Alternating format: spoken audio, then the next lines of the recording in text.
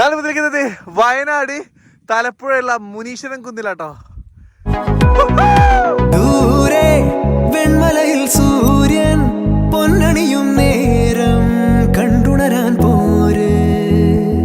കാറ്റിൻ ഗതിയറിയാതോരോ വഴികളിലും പോകാൻ നീയുണ്ടിൽ പോര്.